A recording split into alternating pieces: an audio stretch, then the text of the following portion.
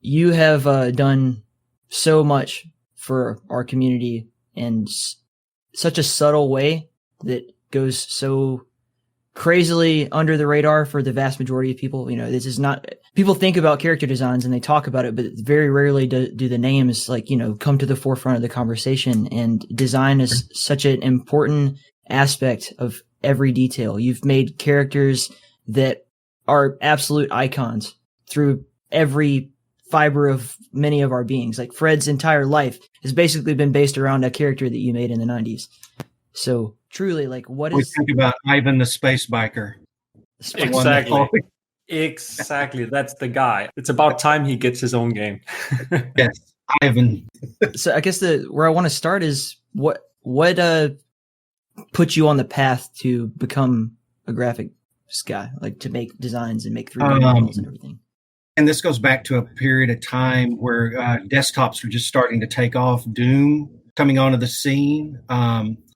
The 486 days of computers. I was in college, my degree in illustration, and I wanted to be part of computers no matter what. I knew that was the future. Didn't even have a lab, or barely had a lab with, you know, equipment that was so archaic. But still, that's what I wanted to be. And we're painting with G-Paint, maximum resolution of 320 by 240. I always joke about it. Felt like you're painting with a light bright. You're putting in a big peg, and that's all the colors you get. I got out of college and, you know, I get a job. I was fortunate that a friend of mine in college, a piercing shop, and he was looking to get a tattoo shop going. He hired this guy named Robert Hackney, still doing it, by the way. And he saw my drawings and art, and he got me in there immediately. Pretty much apprenticed me to tattoo. And it was a lot of fun. A lot of crazy things happened. From there, I had someone just walk in and say, hey, there's this video game company that's looking for people in the thing. Why don't you send them your drawings? I was like on the first version of Fractal Painter. It's still in a can. And I put them on a floppy. Sounds weird to say this day. And I sent it out to them. And I got a call back within the next few days. It was shocking. You know, it's like, oh, God. I set up an interview pretty quick. I was out in Garland, Texas, pretty close to where I lived. Drove out there. I do remember the first thing I saw was Joe Siegler, a bunch of pens set up in the hall. He's bowling while I'm going in there to take that. And I'm just walking by and you just casually see that. And it's like, okay. And he didn't even see me, but he's just busy bowling away down the hall. And he interviewed me, and I was really trying hard not to let them know that I was a tattoo artist, because I felt that was, oh, you're a tattoo artist. We don't want any of that. But found out later, and they loved it. But yeah, I did the interview, and next thing you know, I'm with them. They got my office. We were working on Rise of the Triad. So much I didn't know. We had a good team. Tom Hall was there. William, Mark Doctorman, Jim Dosey, all those guys. They pretty much let me just kind of learn. I did illustrations for Rise of the Triad. Every now and then I'll see them, and it's like, oh, yeah. But, you know, it's early days. You can go on the net and go to YouTube and find a video on how to do something. It was pretty much you're on your own. The other thing that we would do is take the manual to a copy shop. We would sit there and copy the entire manual till you had a stack of papers about this high, home and staple it. And you're in there reading it because you want to learn, you know. And that was pretty much my introduction into 3D realms and the start of the Rise of the Triad. But then I had already started playing Doom. God, I love Doom. I still remember the moment. This guy that knew all about computers, and he helped me get mine set up. We connected virtually. He's like, can you see me? I remember looking out in the distance, and I see these moving pixels. Never played anything like this. And he gets closer. I had the shotgun, so I shot him. It was an experience, you know, hooking up with somebody like that and being able to play them head to head like that was new. I was instantly hooked.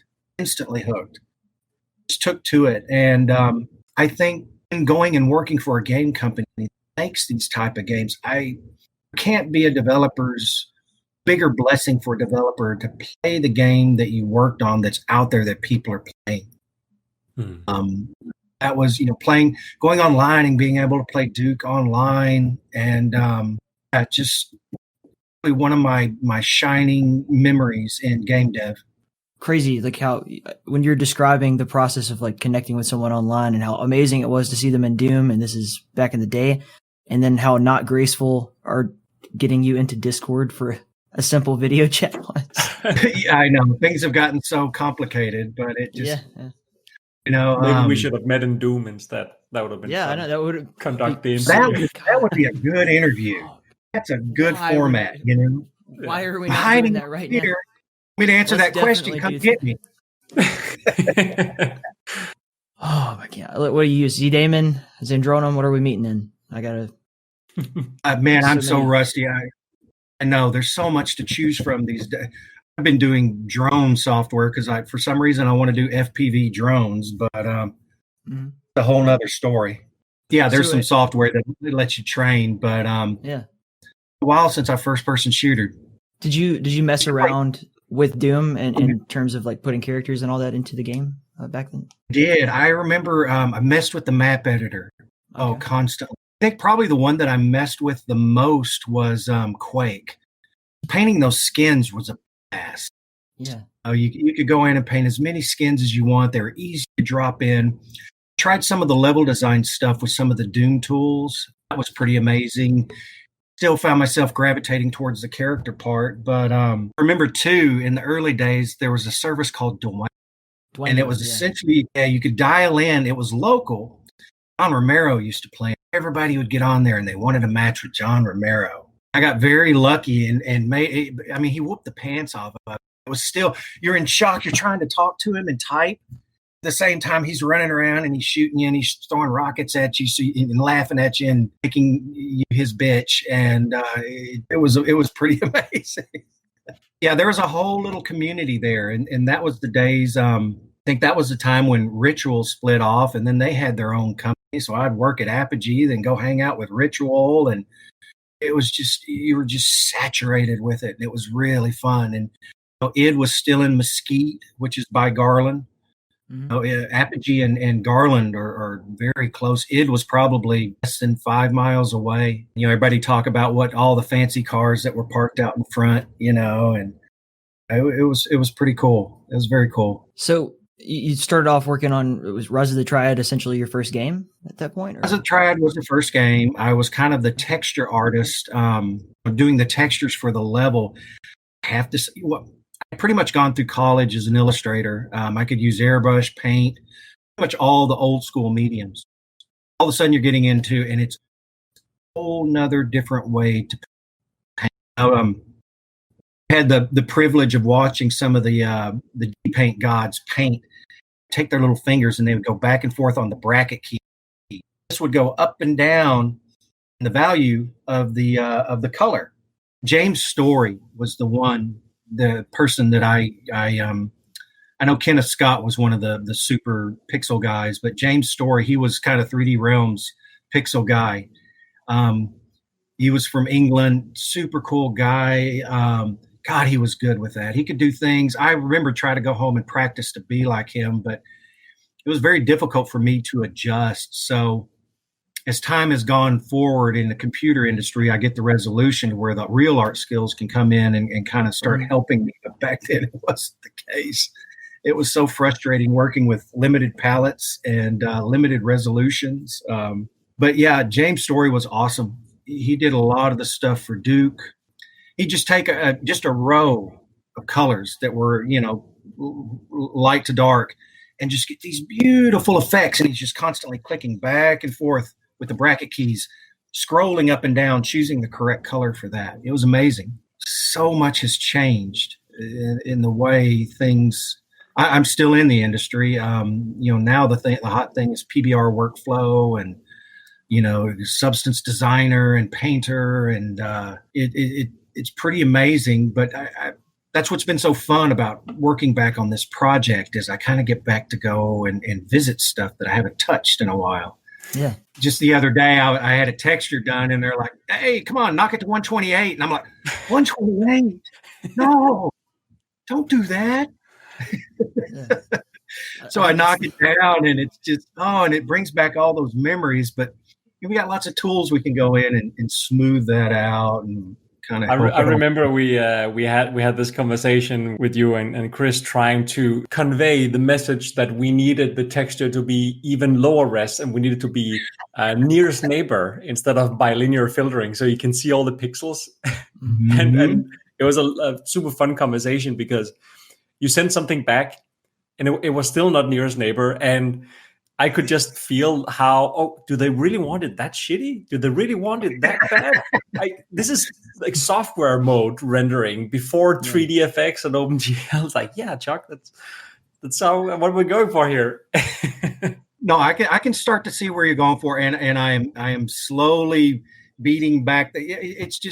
It's weird. You work in that way for so long, and then you get resistance from the other side. Stop doing it that low. It needs to be higher resolution. It needs to look better. And you just go, and then all of a sudden you need to switch back. It takes a little bit, and that's kind of my growing pains with that stuff. No, it's interesting now, because I remember staring at all the work that I've done. I get to see it on occasion, and I look at it, and it just, some of it, as an artist, it's like, God, I wish I would have done that.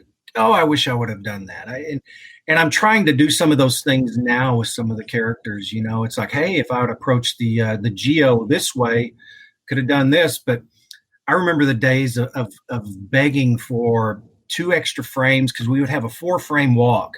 And it's like, and I just wanted 2 more frames so I could just get it a little smoother. Characters would be 64 pixels tall, and their icon, your cursor for your windows is got more resolution than some of those characters these days, especially with the 4K coming out, and, but it was cool to go back and visit that. It's kind of opened my eyes to a few things that, hey, I kind of like the illustrated stylized kind of characters. I've been doing hyper realistic stuff with, ZBrush, and I love ZBrush. Man, I love ZBrush. I've been doing that for so long, and there's, weird methods where you take the low res, extract out the high res, take the normal maps, and just all these wacky things. And it's kind of what I'm used to doing these days. But again, with Fred, inviting me on and letting me do some characters for stuff, it's been nice to go back, and actually paint, because that's what I studied since I was 14. I can imagine also when working on something like this, since you can do much faster iterations, you don't have to go back to ZBrush, you don't have to do major overhauls. Everything is so low res. I can also imagine that being kind of fun. You can crank out characters much faster. You can do much more. Well, I'm still battling with that, because there's parts of me that's like, I need to get this into Substance Painter. And if I take this back into ZBrush, I can move the port, and yeah. I guess I'm hybridizing all these tools now that I have for a low poly workflow. And, I'll send these screenshots. Hey, this is what I've done. And, in my mind, it's like, man, that's pretty low resolution. That's 1024. That'll work. And it's like, no, go lower. Remove the 0. Go. Yeah. Come on, down. And it's just like, oh, no, you're killing me. But, I the other day I was poking around with it and taking it to Photoshop and using, some of the mixer brush. And if you get the settings right on there, you can paint on a 128. You can smooth it out. You can start to get all those little beautiful effects, because I am not limited now with a limited palette. That's hard to work with. Limited palettes are very hard. Now I've got all the colors in the world, but, it makes it a lot easier. With the limited palette, think about it. You only had 256 colors. The entire game fit within that palette. So, you had a certain row for monsters, you had a certain row for UI and other things, and it's extremely limited. There were times you would paint stuff, and then you would have to use Debabilizer, I think was the name of the program. And that would take it and would force it to another palette. You can probably do that effect in Photoshop now, but the limited palettes were really tricky. And the problem is if you went in there and you adjusted that limited palette, all of a sudden you'd run the game and hot pixels would start popping out that you weren't aware were being used. But since you went in and you adjusted that color, it's knocked the whole game palette out of whack. Those were little pitfalls that you had to watch out for in those days with that. When you would sit down to create a character, what comes to mind is like a a character from before, because there's kind of like there's an industry before you and then there's an industry after you. That's kind of true. weird to talk about. When you sit down to like, this is the character I would like to come up with, what are characters that come to mind from before your hand first touched this industry that resonate? I remember a while back, I think it was Retro Gamer Magazine, had published this article about how back in the day you could show a character in a game as like a symbol. You know, like we have all these ideas of characters that are like, you know, Sonic the Hedgehog or Mario, like Crash Bandicoot even, and you show a silhouette of that even, and that's enough for someone to immediately think of that. Whereas in today's world, we have these characters that are like very lifelike, and show me a silhouette of Nathan Drake, I don't care. Sure. It doesn't bring anything to mind. But what were the characters that kind of inspired you? Oh, I've always loved monsters as a kid. I watched all the black and white ones, anything I could get my hands on. If it was Godzilla, you know, all those kaiju films with people in rubber suits running around, you know. Yeah. I have a son now, and I go back and I show him those films, and I bring up the old Godzillas, and it's just like, ooh, especially with what you're seeing nowadays, you know. Oh, there's so many characters. That's kind of my lifeblood. And I also big D&D person. You know, you get books full of characters, and I think coming to mind, there are lots of characters that I love. One that comes to mind was from that movie. It was that witch in the swamp called Mucklebones. That was in the one that had Tom Cruise in it, and God, it's right on the tip of my tongue. Mucklebones was amazing. She was still animatronic. She wasn't 3D at all, and it's just very terrifying creature. Long, creepy. She was kind of like a swamp witch. And Legend is the movie. We are your men. Be the rest of you as sweet as your duck. Wait. And that one's probably dated now. You know, Mucklebones was cool. I also used to read heavy metal, but this was kind of the older heavy metal where they had more stories. A lot of the artists, Richard Corbin inspired me.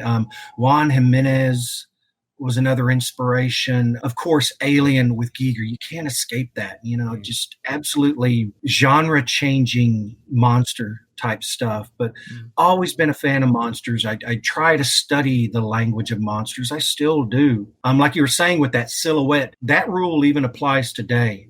People pay attention to silhouettes because when you instantly look at something, you get instant information. And if you can convey that with a silhouette, and if somebody's playing the game and they look up and they can see that silhouette and it's like, oh, you know, that might be one of these creatures, might be that character. There's a whole endless amount of shape language you can use. You can use colors, you can use sounds. Even things that are on the character's body can help tell a story. So I treat it like I want somebody to look at that character as quickly as possible, and I want everything on him to tell a story. So that kind of helps fill in the spots in people's minds, you know. It's kind of like I saw a great example of it with Star Trek. You know, they have teleportation in there. They never go into great depths to explain how they do this. They may now, but they didn't then. But people just, it's kind of like one of those cliches that are accepted in sci-fi. Oh, he teleports. Okay, that is solved in my head, so I don't need to think about it. We can keep going with the story. It's the same kind of principle with a monster, you know. It's things that are on him, his shape, his movements, his colors. Is he wearing armor or not? If he's wearing armor, okay, how did he get this armor? Is this pulled from undead? Is he being controlled by someone? I always try to tell that story in there and make it as visual as possible. Because if you have to go in there and narrate it, you're not doing it. It needs to tell it with a human beings are really good with our eyes and see things quickly and plug in information. And it's our job as a character artist to tap into that, find what plugs in there. What can I do to add to the creep factor of this, you know? So those are some of my driving principles that I still use to this day. You just keep practicing, and it's good to see some of those are still in use today and obviously been expanded way beyond. There's so much more information now to convey with all the resolutions, some of the rigging. God, some of the rigging is a masterpiece in itself. How did it feel going from Rise of the Triad, where you did textures, to do what you did for Duke? Because previously with Doom and Blood and so on, the way of doing it would be on Rifle Triad. They took photos of humans, but with Blood and Doom, they did like small little models of clay. Yeah. And you were a pioneer in the industry because you did the first 3D models before you used 3D models. You would take the 3D models and then kind of use the old technique of taking photos of the 3D models. How was that? That was a fun story. It also makes me think of the game Blood. They did that same thing. They had some really beautiful stuff. But for the story for this, it was kind of interesting. I was brought on after Rise of the Triad. I went over to Duke and was doing mainly just character illustrations for them. But there's a program called Hash Animation Master, and it was a spline-based modeler. And there wasn't a lot out in those days. The 3D Studio was on like version 1 or 2. So I could afford Animation Master, bought it, and started to get to learn from it. I think it had one thing with it that even though it was a spline modeler, I could export that out in a format that a 3D program could read. So that's how I could do models. I could build them in splines and then export them out into 3D Studio, and I'd have my model because that's what I knew. But we had a company that was working for us, Emerald something, I don't remember, and they were kind of outsourcing our models.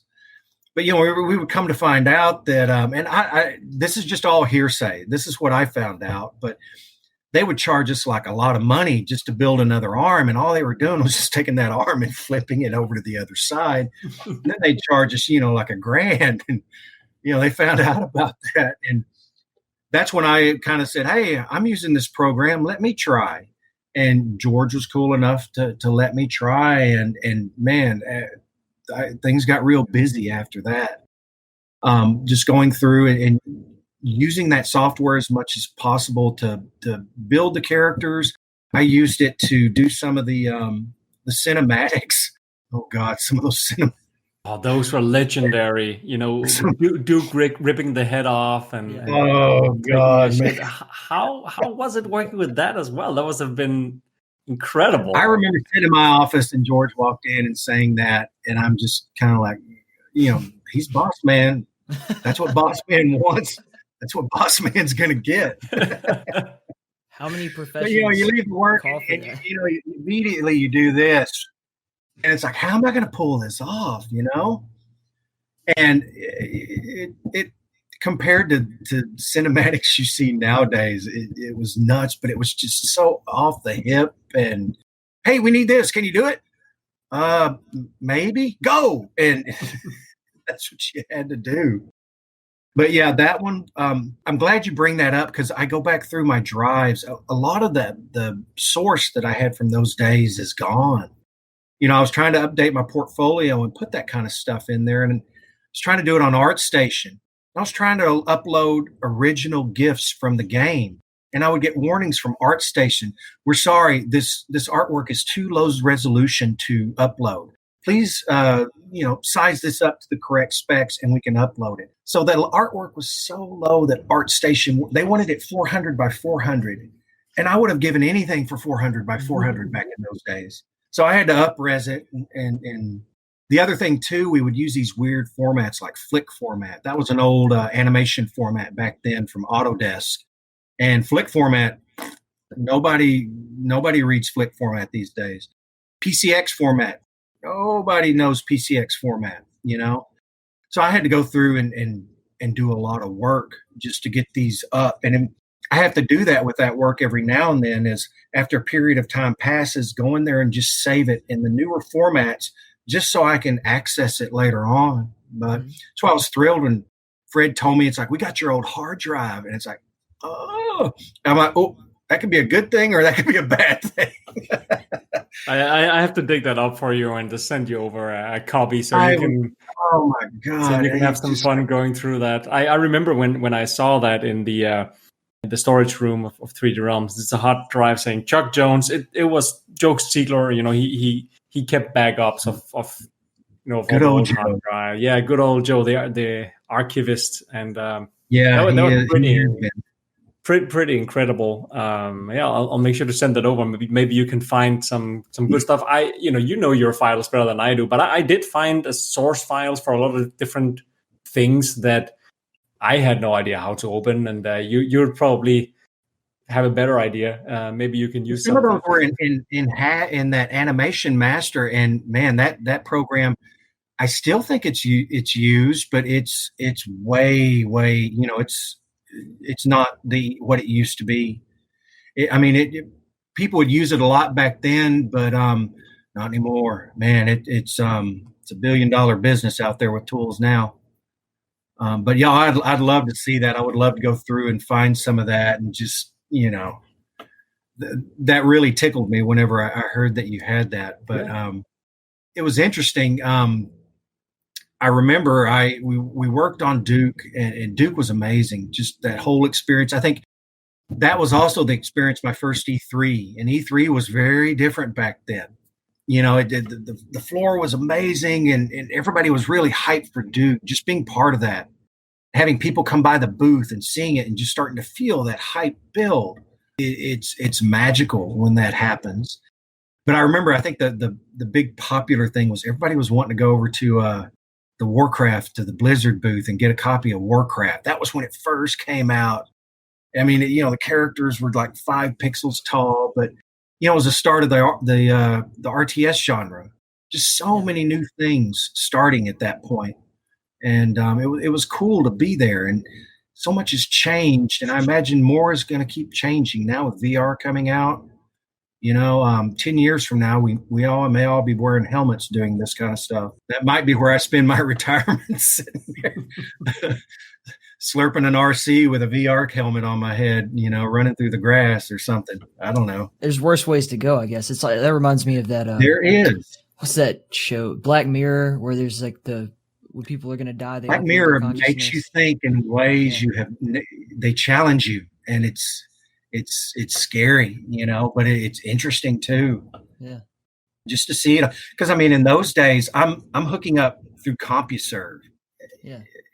That's in a museum now, and now there's so many. It's just so incredibly sophisticated, and you just think that someday people are going to look back on this time right now the same way we're looking back on Duke. It's just computers.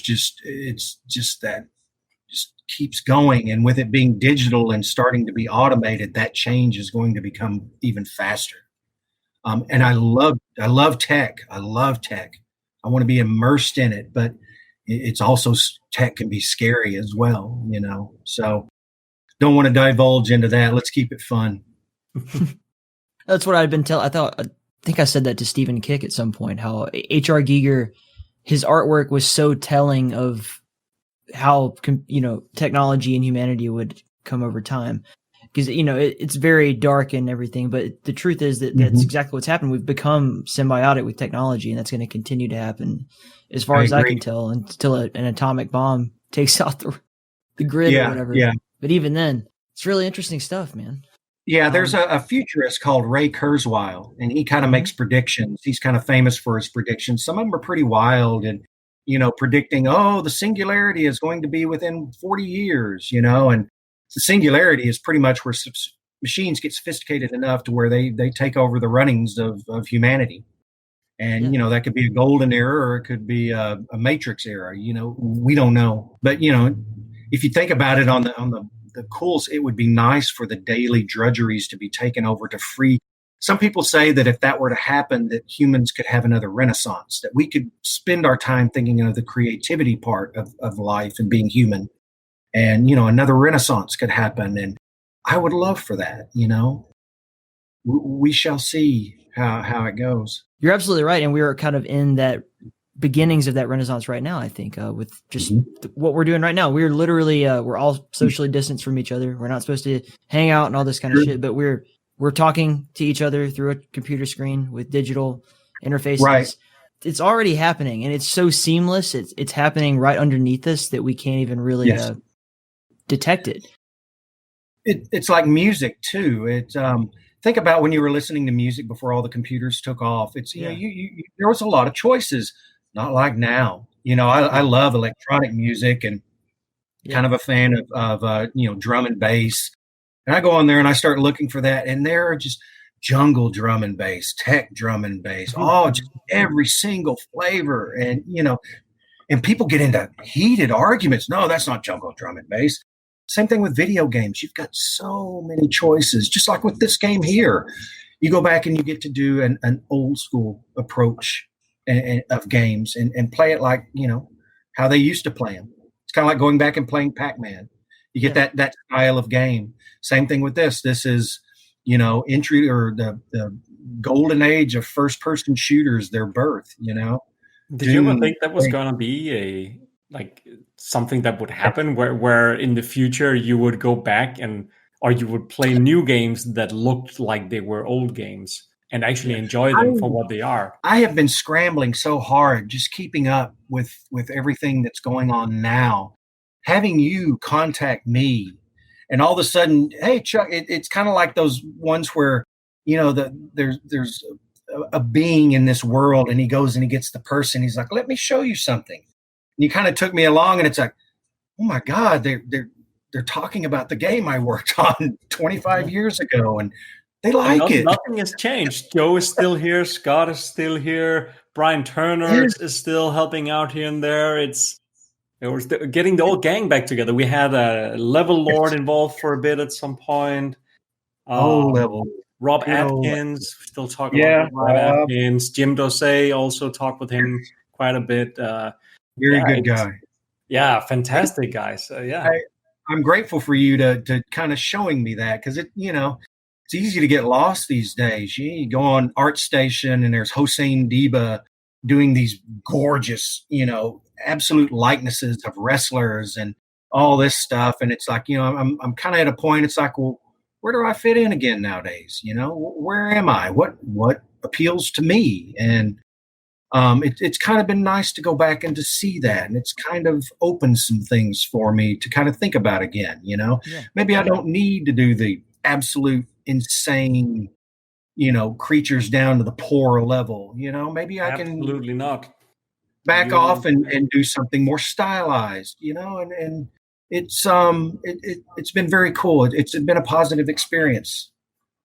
Even taking 1024 and knocking it down to 128 again. Well, the pleasure has been all ours. Just the fact that we can help you and get you back to doing what how you could start it in this business, going back to basics, and the fact that we can actually make something people appreciate. It's fun when you look at pixel art nowadays. Mm-hmm.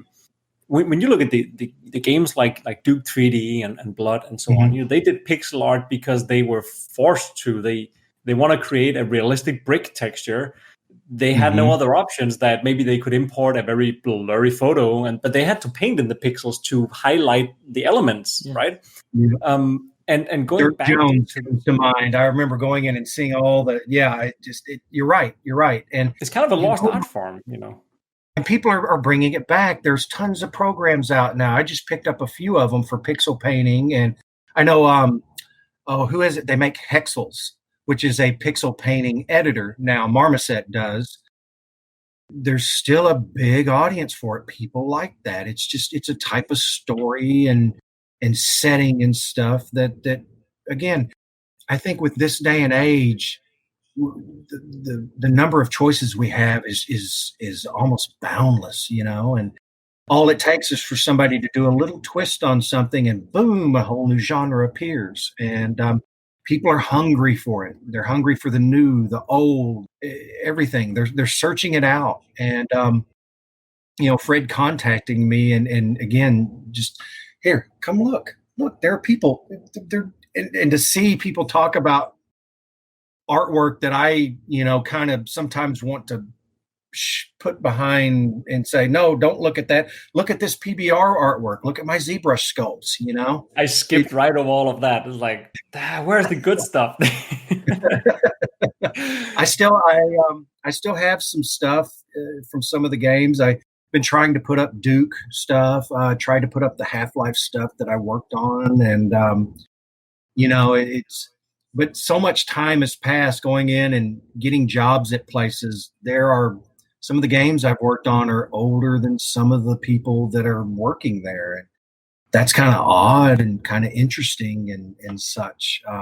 It's good that this is still being accepted and enjoyed. People are having fun. I like that. That's my job, is to entertain people, and I hope to do that. You started working with Apogee in 93. Yeah. I always use it. I got out of college in 92. I tattooed for a good 2 or 3 years. And that's whenever the story I told earlier about sending my stuff in, and then, Scott and George got me in there. And pretty much, if it wasn't for those two, they are the ones that helped get me in. And Tom Hall, of course, he's still doing it. He's on my Facebook, and I think he just joined another company just here recently. It's kind of helping me, revisit that era again, because I would see all that old art, and sometimes you show that to people and it's like, that's old stuff. It's much more complicated now. Anybody can do that. And it's like, no, it was a different time. You couldn't go onto YouTube and do a couple of tutorials and learn how to do it. You were on your own. You had to experiment over and over. And I'm enjoying the meeting of that period of time in my life with where I'm at now with 3D. Because now I'll go in and sculpt something in ZBrush, kick it out, throw it in my 3D printer over there. And, now I've got something. This is a new thing for me. All the stuff that's been in a computer, I can finally kick it out and I can hold it. I can physically paint it, That I love. Because then that all of a sudden ties into D&D and gaming. I love board games. See all the board games that I play? I was going to bring that up earlier when I first saw it, but I figured that would be like they're huge. Yeah. I love the gaming field. It can be tough. It can be brutal. It's been tricky to age and grow old in the gaming field. Yeah. I'm still just as exuberant and as excited and eager to do stuff as I was when I first joined. That's awesome. Hopefully there's some wisdom in there that will help with that. I appreciate Fred. I remember the email coming in there and showing it to my wife, and it's like, yeah, let's see what's going on. I'm curious, This guy's still alive? Still kicking around. Yeah. I'm here. So speaking of new stuff, Duke 3D.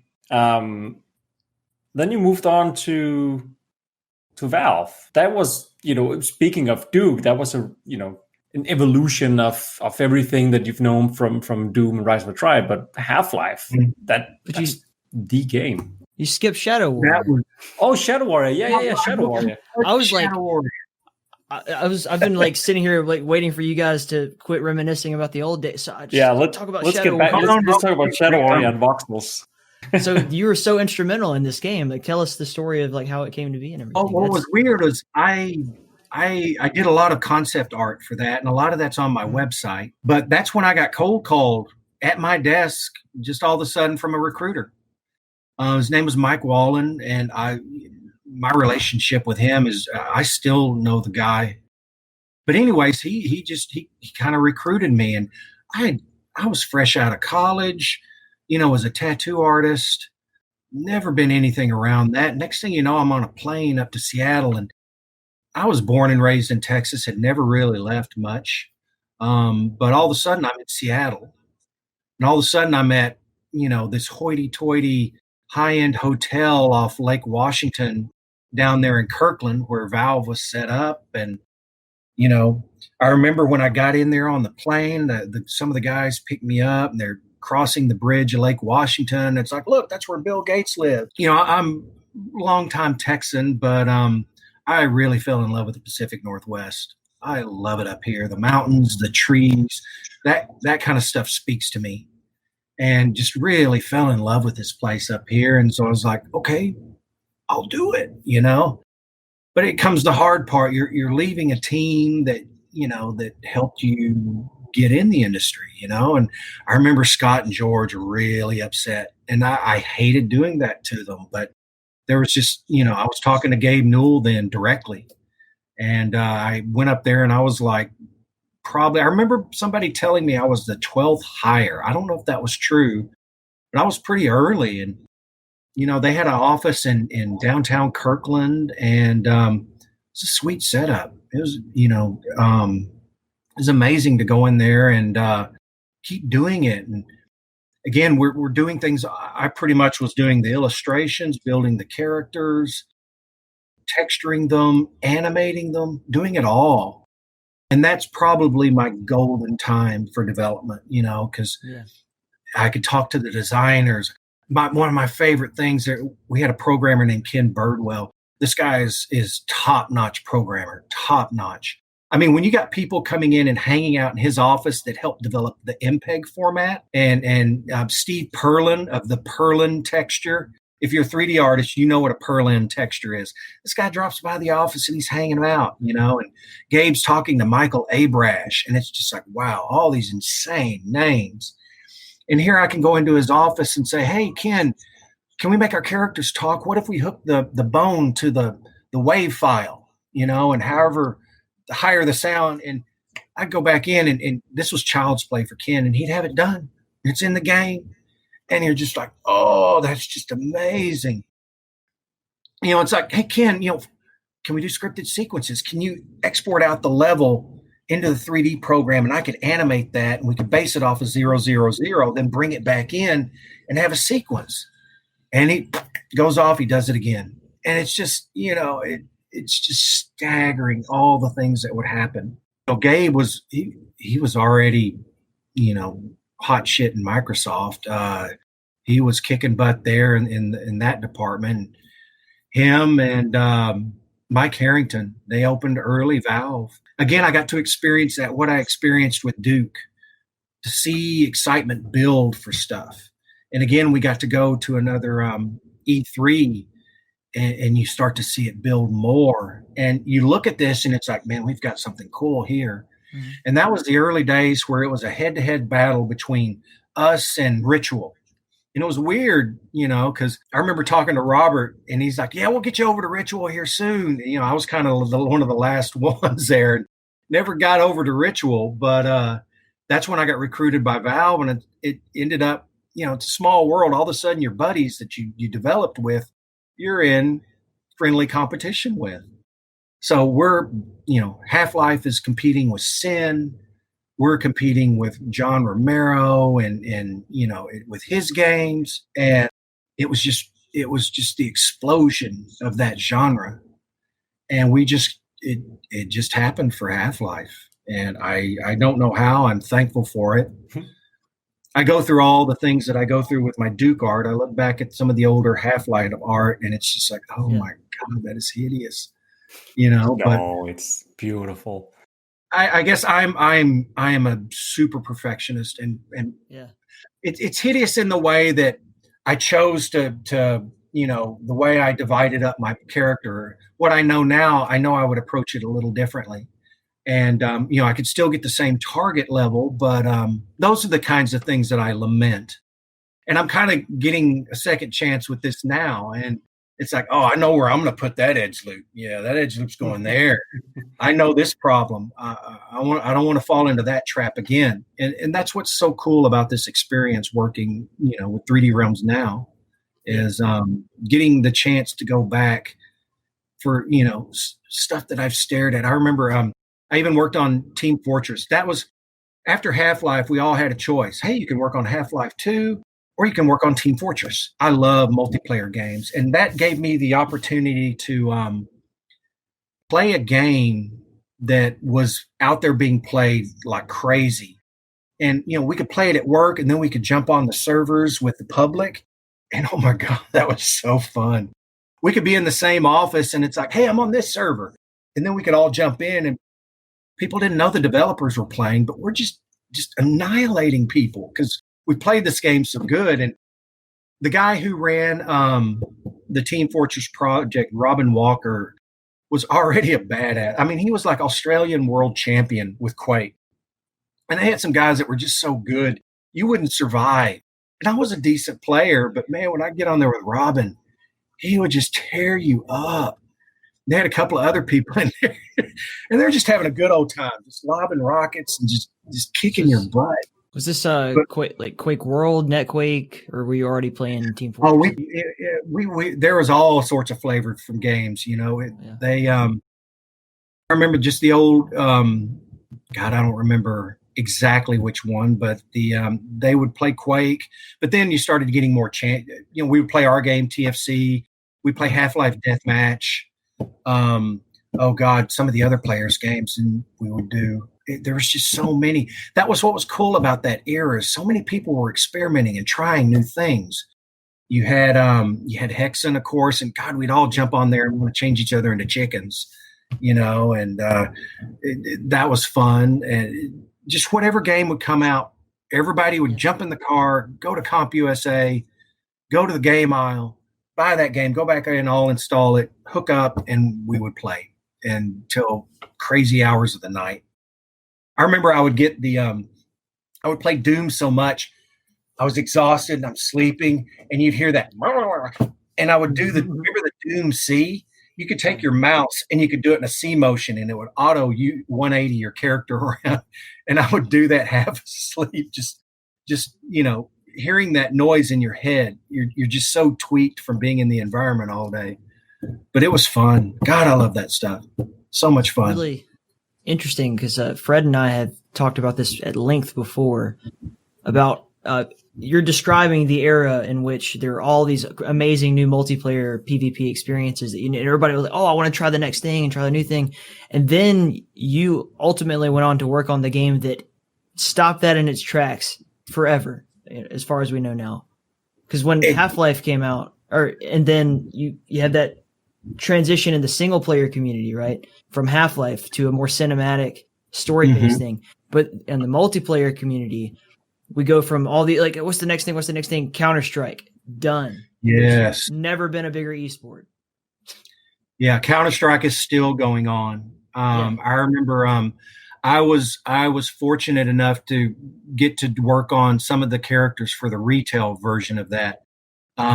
Min Lee, I believe, was the guy who was responsible for Counter-Strike. Remember, his handle was Gooseman. Yeah. That's Gabe would encourage that. He would encourage as many people, if there was a good game, he would go grab it and give them an environment to flourish and push that game. That's what Team Fortress was. He went down to Australia, recruited the guys that did the Team Fortress for Quake.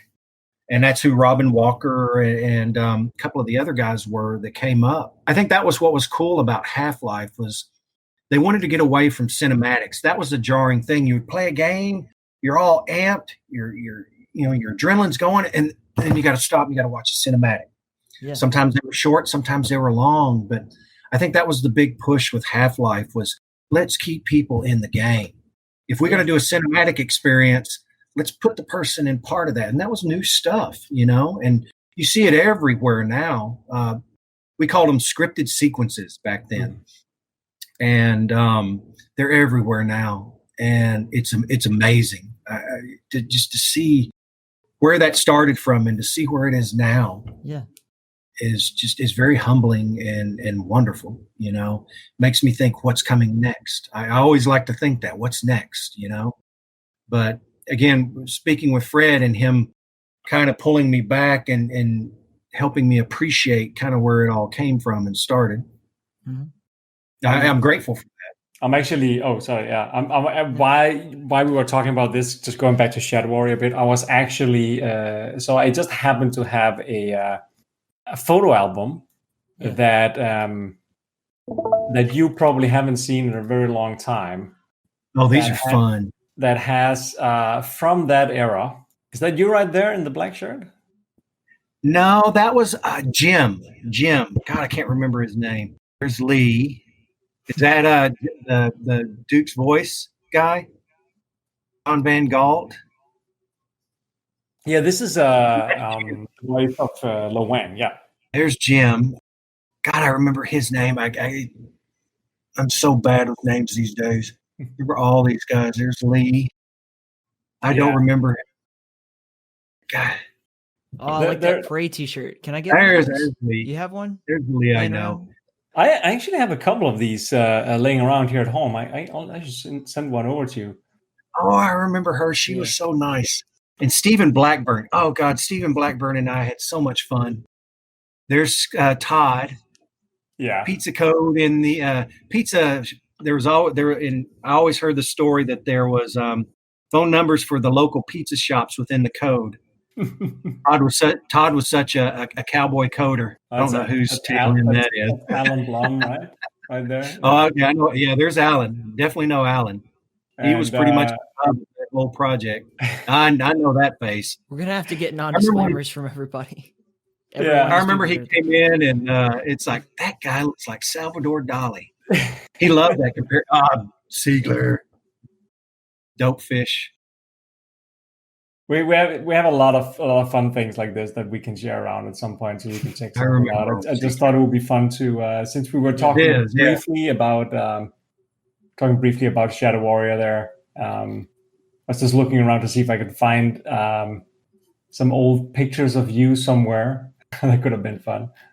There's probably some in this. There's probably scattered. Well, the thing is mid-development or fairly early, I left Shadow Warrior. So that may be why there's not a lot of pictures in there. And that's probably whenever, I was making the flight up to start living in Seattle. At this point in your career, already, made a game that Duke Nukem changed the world of, we're moving into the 3D era. And then when you started working on Half-Life, did you at any point in time kind of realize how revolutionary this game was going to be, or was it just like another day at work for you? No, it belled. I remember the first day when they sent out that first opening sequence. Some of the level guys sent out kind of like, hey, this is what we got on what you see is that part where it blacked out and it breathed and then you flash back in. And it's like, I saw that and it's like, oh my God, that is cool. I've never seen anything like that for a game. And I knew that there was something special. Again, I'm fortunate to have felt that again, felt it with Duke and felt it with Half-Life. And it's just an amazing, and then just to sit back and watch it grow. And back then the magazines were a lot more integral to getting the word out and talking about games. What was it? Sugar Shack was one of the big websites. Oh, Shack News. Yeah. Shack News. Thank you. Still alive and still existing. Some of the old guys are still there too. Is it? Yeah. And that was when they had plan files. And I remember people would go off and plan files were kind of like the early tweeting versions of stuff. And, people would get in arguments over plan file updates and stuff. And I'm always been kind of a behind the scenes guy. I don't want to jump out in the middle of it. I'd rather my artwork or things that I've worked on be out there. But it was cool to watch Half-Life grow and change and become what it was. Yeah, I was very fortunate to be part of that.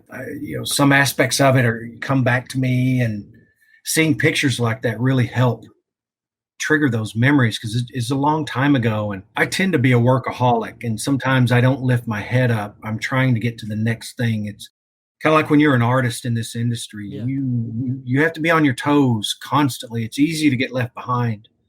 And I'm, busy trying to stay relevant, and there is at some points, I had been doing so many crunch hours and stuff. I needed to get away from the computer. You can't stay attached to it at the hip all the time. It's not good for you. So I got into mountain biking, and that took a lot of my focus there for a while. Yeah. But it was good. I got to explore Seattle. I got to explore, I've mountain biked some amazing places. That I needed that. I needed to step away for a bit. But, again, now I've kind of, as my career has matured, I kind of tried some roles that got away from the art creation and more management. And it wasn't the same for me.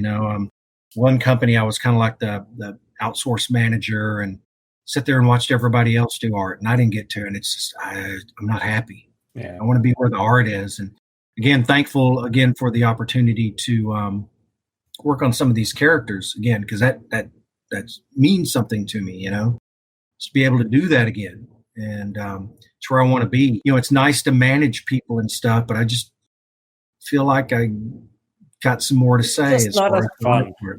Yeah, much more fun to actually do stuff. And I know the feeling, because I'm not an artist at all. I'm just a little bit of everything, man. But getting to a position in game development where you can't really work on the actual game because you have to manage so many things, that's the least fun part of it. You need to have at least some little area of the game that, okay, this is the place I can play around with, whether it's sound, level design, or artwork, or characters, textures, and so on.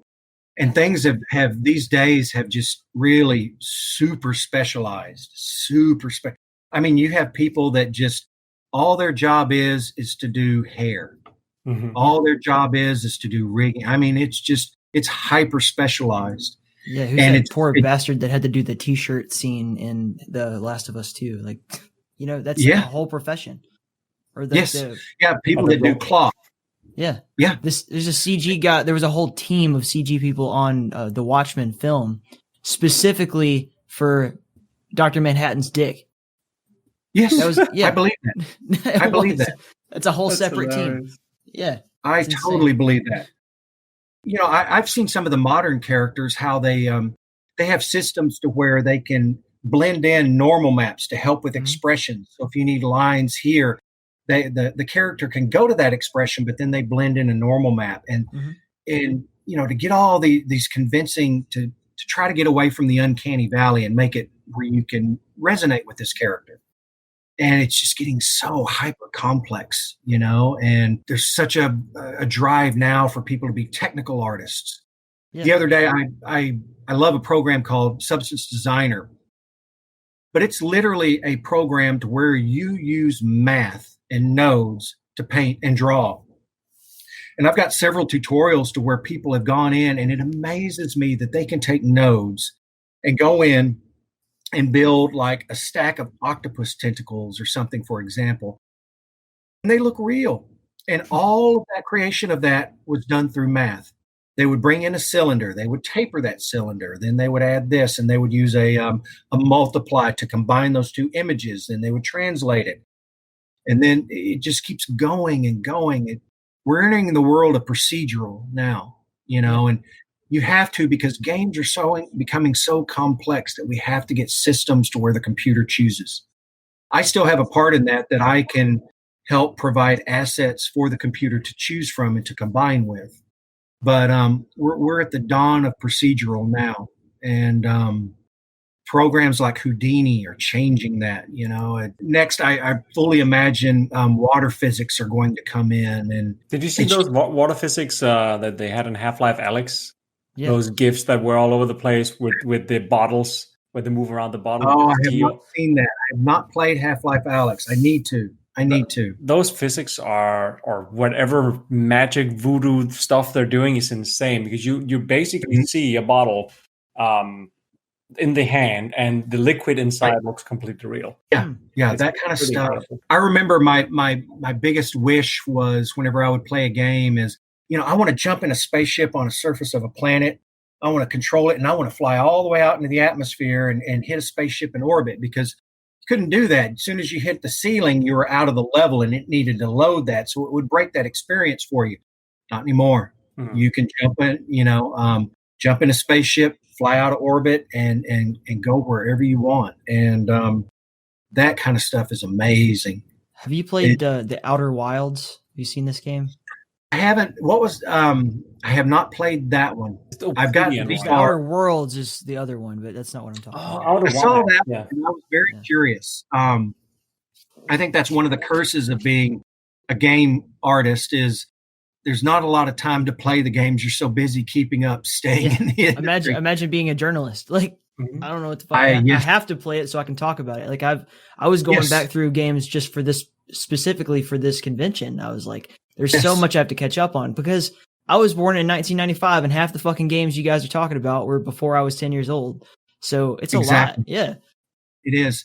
And it just keeps coming more and more. So it's like, as the times change, we have to adapt. And I think that's probably the most important thing for all of us is just stay adaptable, and keep the fun about you, Yeah.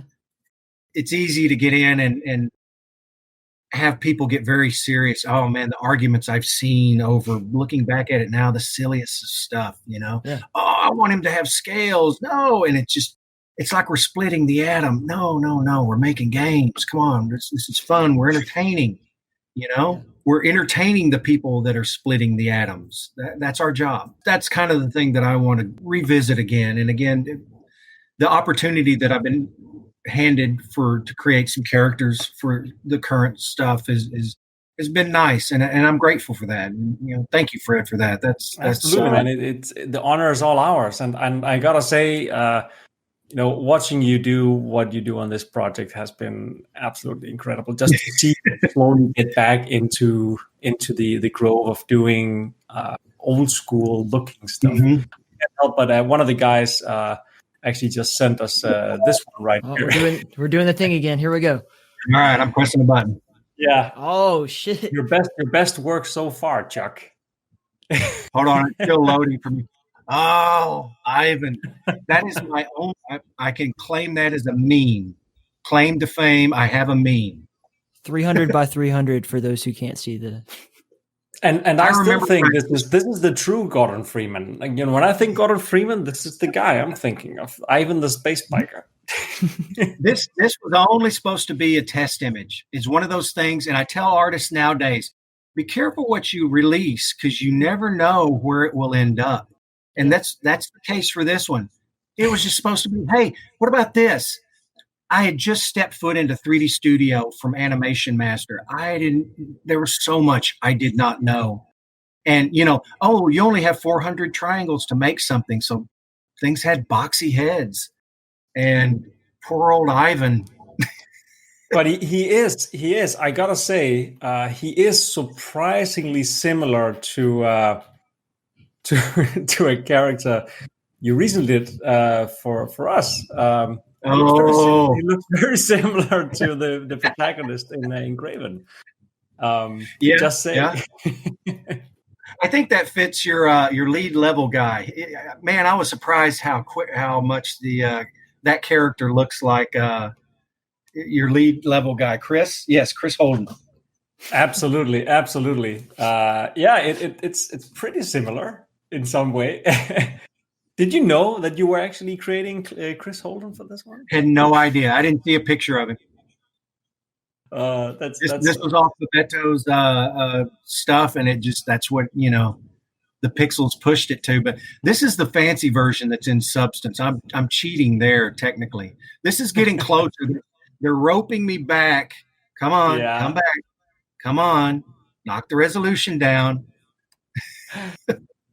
But it's fun to see. It is again a true pleasure that you wanted to join on something like this and kind of reactivating you. I spoke with a few different guys. Like I recently spoke to Mike Porter.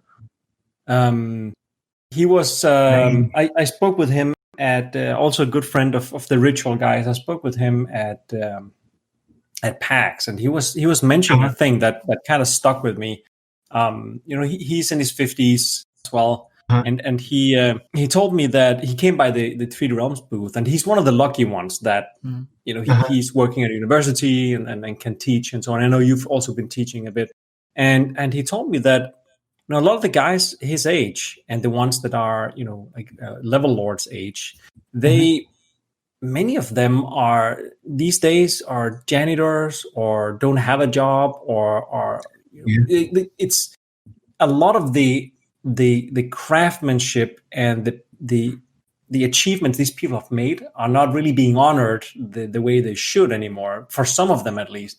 Right. Because it's all about getting the young blood, the fresh guys, who are up to date with everything. And I get a feeling that especially in AAA, the seniors, especially in terms of artwork like this, are not as respected as the programmers are, for instance.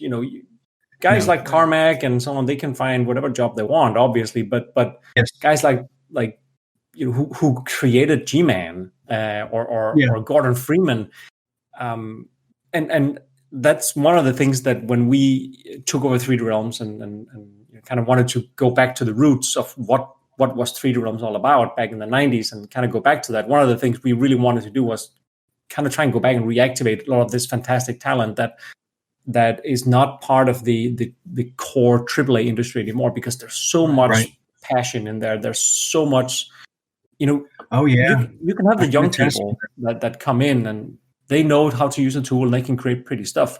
But decades of experience is so important. I agree with you. I have noticed that. There's for a time of, I could show my resume and have those games on there, but now that those games are becoming older and not many people are familiar with them, they don't have the pull, is showing, hey, this is my resume, and it's people, oh, that's old games. What can you do now? We're PBR workflow, and I've done everything I can to stay up, with all the tools, the marvelous designers, the substance painters, the ZBrush. God, I love ZBrush. Have I said that yet? But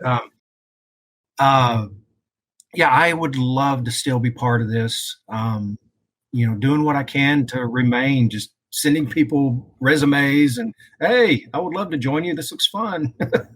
Have me in there.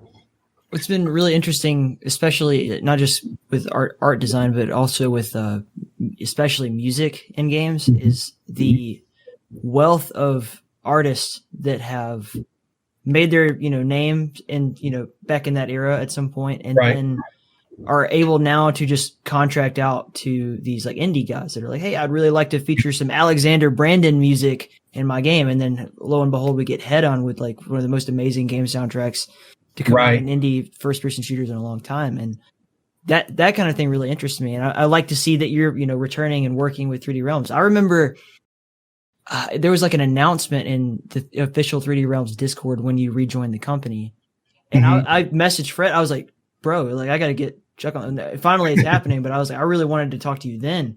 Because you have such a wealth of knowledge. And when you talk about how do you deal with the there's always the young blood. There's always going to be people rushing, into the industry and trying to make their name and doing the same thing I was doing when I was there.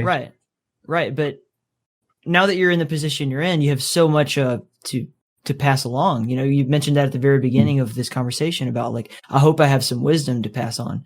And and as Fred says, like, I think that's something that needs to be honored and respected forever, because I appreciate it.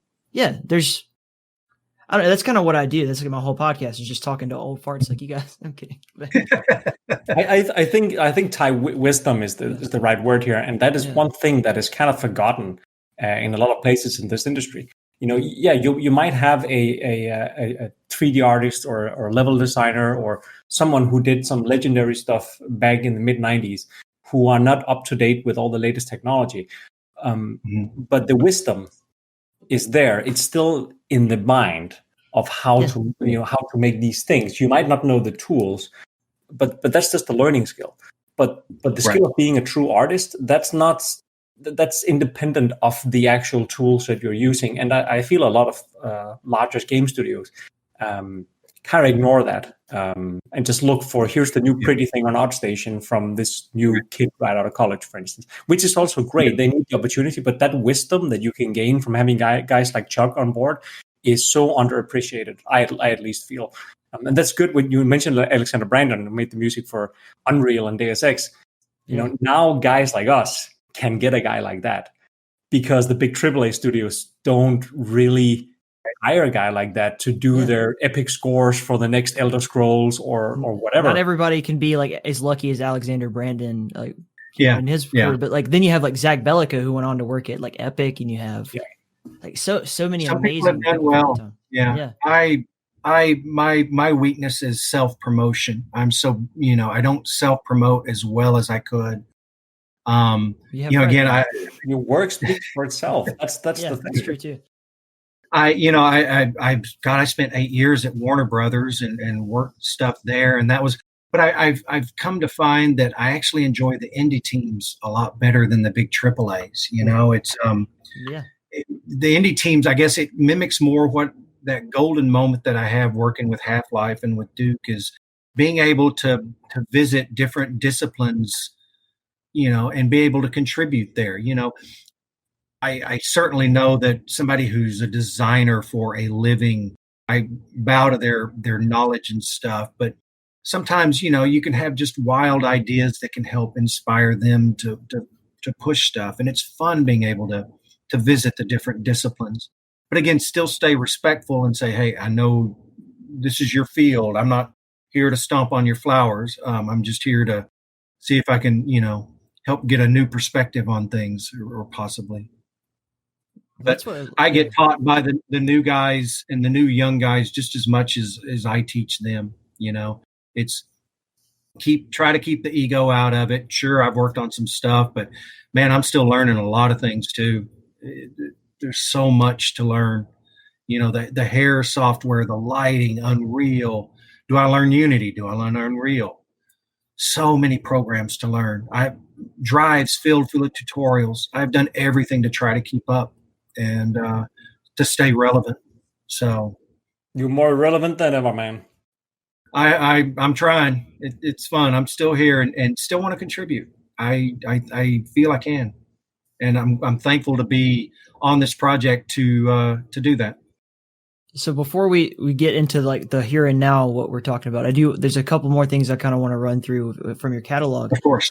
When you talked earlier about how obsessed you were with monsters and with D&D and Middle Earth and all this kind of thing, and then you got the chance to work on some really interesting Lord of the Rings titles, and I'm really curious like what that experience was like for you, because that is a totally different type of thing than what you're famous for, but right, kind of a full circle sort of situation. That was it, but again, that started working.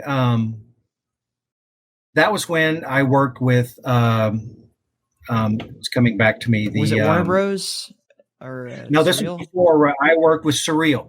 Okay. I worked with Surreal doing This Is Vegas. And mainly that was a part because after Valve, I left and worked at Midway in Chicago. I moved. And that was an interesting spot. Midway was, man, that's like, pinball heaven, but working in Chicago. And I just have to be honest. Wasn't happy living in Chicago. It was a big city. It was flat. I missed the Pacific Northwest. So I was trying to look for any avenue to get back here. Mm-hmm. And that's where Surreal came in. And Surreal was part of Midway. So I asked a friend of mine, hey, is it possible I transfer? And so I got the opportunity to transfer and come back to Seattle. And I don't want to leave Seattle. I love Seattle. I'd probably move somewhere with more trees and more mountains and water. That would be fine. But I think I feel best around that. But Surreal, then that's when 2008 happened and everything went bananas. And then Warner Brothers came in and bought Surreal. Chuck Jones working for Warner Brothers. I just thought of that. I know. My wife is an animator in the industry. That's amazing. That's amazing. That makes her giggle every single time to know that she's married to Chuck Jones and I work for Warner Brothers. The two Chuck Jones. I've been meaning to ask you what it was like when you did the voice for Donald. See, that would have been very embarrassing.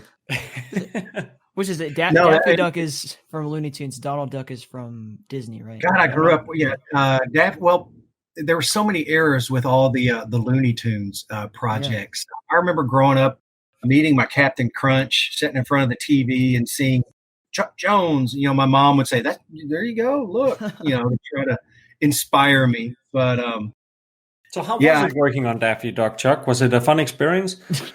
Oh my God! That you look back at that stuff and it's amazing, man. I love that stuff. Yeah. Love it. Anyway, you went to work for Warner Brothers. Went to work for Warner Brothers and started on Lord of the Rings project. And I love Lord of the Rings. Personally, I'm a sci-fi guy. I do love fantasy. Love fantasy. Sci-fi is my main one, but I got specialized. Those companies working on orc armor. That's all I did. And you look at my portfolio and it's just packed with orc armor and cloth for some of the characters. So for almost years, I went for a couple of different projects and did orc armor and stuff like that. So that's pretty much what I did for them. But I think the only thing that kind of frustrated me was I kind of got pigeonholed into that. And that's one of the pitfalls for artists these days. They can go work for a company and, hey, we're going to do this particular subject style, and that's all you're ever going to do. And then all of a sudden, that project changed, layoffs happen, studios, disintegrate, and you have to go find a job with orc armor as your portfolio, and it gets difficult, Yeah.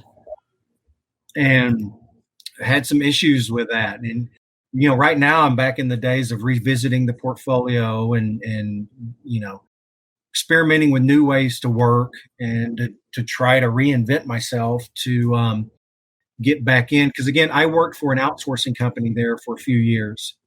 I worked with huge teams in India. And you talk to them on the phone, and it just sounds like an absolute airport in the background. Just all of these people busting their butts to make these assets for stuff. The most I would do was print screen what they did and say, hey, do this, change this over here. And every now and then you would get a bone thrown to you to be able to go back in and work. But, they're just these army of artists over there just working their fingers to the bone, trying to get all these assets for stuff. And again, just wasn't happy. It's just I'm away from the art. I'm at a high level of it. For some people, that may be cool. It's not for me. I'd rather keep my hands in the grease. So not there anymore. So right now I'm kind of freelance. I'm working for one company and doing stuff for them. And I'm also helping with the 3D Realm stuff. But I wanted to get back into games. Just hit a point in my life. I had some health issues, and they were pretty serious. And it kind of made me reflect. It's like, I want to ship games. I don't want to do this management stuff anymore. Yeah. I don't want to, that's not me. I want to make the stuff. And that's where I spend most of my time doing. If I wasn't getting paid, I'd still be in substance designer. I'd still be substance painter. I'd still be doing learning hair software and learning every single tool that I can to do that, I may branch off and start doing 3D printed stuff for game boards, for people, or painting miniatures. I just want to be in the games. And such a market there. Oh my gosh. Can I go ahead and just start the business up, and I'll be your manager. We'll start the I'm happy. Official Chuck Jones D&D. I don't know how far that would get you. Is that the guy that worked on Bugs Bunny? Yes. Yes. Even better. You can just point to me and I'm like, yes, I am that guy. Exactly. I haven't aged a bit. Oh yeah, that's me. Yeah, let's go. Well, the Graven board game could be a good first choice. You can print your characters. I'm just happy as long as my hands are in the grease and I'm not in Trello. I'm not in, some spreadsheet putting in values, and then secretly going over and doodling a character design in my head and then getting back to that stuff. And that's what I would find myself doing when I was the outsource manager. I would go over and doodle. And then I'd be so excited that I got a white ballpoint pen so I could put in highlights on those characters or make their teeth show up, or that's where my heart is. That's where I want to be. And that's where I'm working to stay. So specifically, what have you been working on now that you're back with 3D Realms? Currently at the moment, I'm doing characters, the NPCs. Very good artist. Bebeto is taking his drawing. He and I talk a lot online, and it's funny. The other day, I showed him. I was like, "Yeah, I used to be a tattoo artist. I did the guy in Alice in Chains, and I showed him the album cover that the tattoo was on. He's like, dude, I used to listen to this. This album helped inspire me, and it's just a weird small world. But he's doing really awesome character designs, and just trying to take those designs and make those the NPCs for the game. And I was fortunate to get to work on the main guy. He's still in flux and in still change. We've got to get him into the games, got to see how he fits into the world. does he tell the story that they want to tell when he's in there? You know, when you look at him, do you see what they want you to see?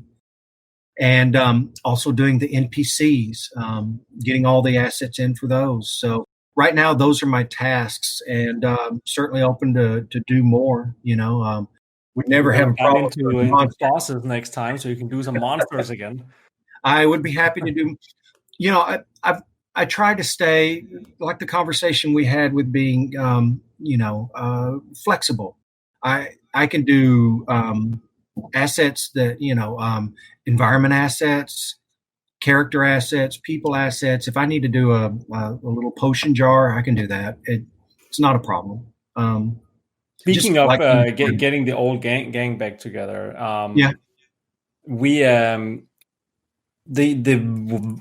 have you seen Bebedo's concept for the ferryman yet? Like the little old guy? Yes, he just showed me that this morning. He's like, which one? I was like, man, yeah, I like number 1. I like number 3. Yeah, the same here.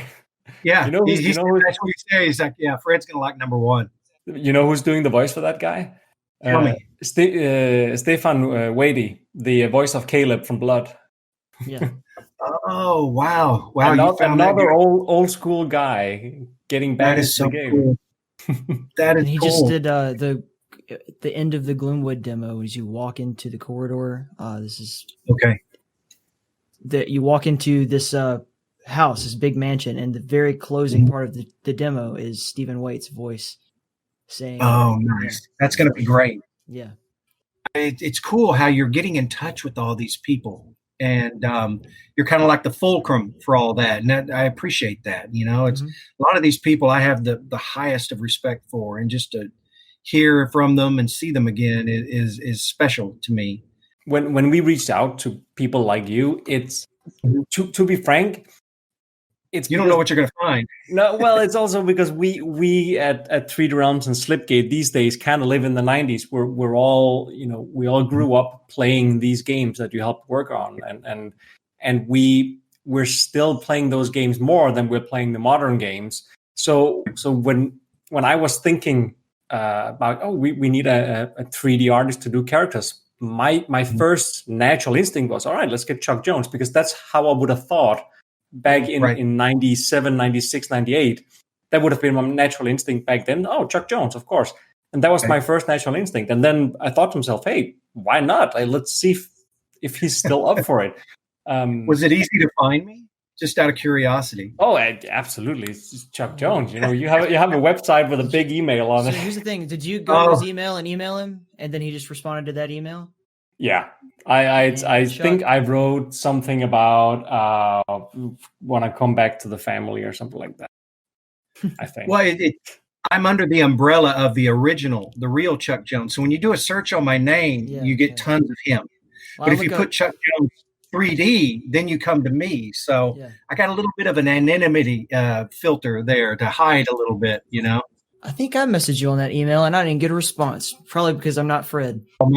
I was overwhelmed. Just wow, what is this? What's going on?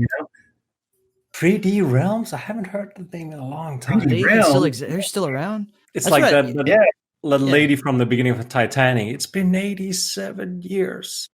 Imagine like being my age and around my peers at work, and they're like, "What are you doing this weekend?" I'm like, "Oh, I'm interviewing Chuck Jones," and they're like, "What?" And I'm like, "Who?" The guy from 3D Realms, Warner Brothers guy, and they have no fucking idea what I'm talking about. Like nothing. Yeah, and it's just those games again. We're on to a new brave frontier, and that's fine. I'm happy to be on the frontier. If I could contribute to modern games as well, to whatever, I guess I'm just, happy being here. My management dreams are put to rest. I don't mind managing people and helping, that kind of stuff. But the day of me being the mid-level to stuff to where I don't touch any of the art, that doesn't make me happy. Yeah. That's what it's all about, being happy. Yeah, I agree. This has been very cool. I enjoy this. Absolutely. I think this is a good point to kind of wrap it up. What do you think, Ty? I'm happy, man. This has been really fun. I think we should do it again sometime too, as you guys continue to work on projects together, because we've got. Let me know. We just announced Graven, and there's so much more to come. This is going to be really a beautiful symbiotic relationship that I hope to see unravel. Like when you guys were working on new projects, like the show doesn't end with the convention, guys. This is really cool. No. I'm very happy.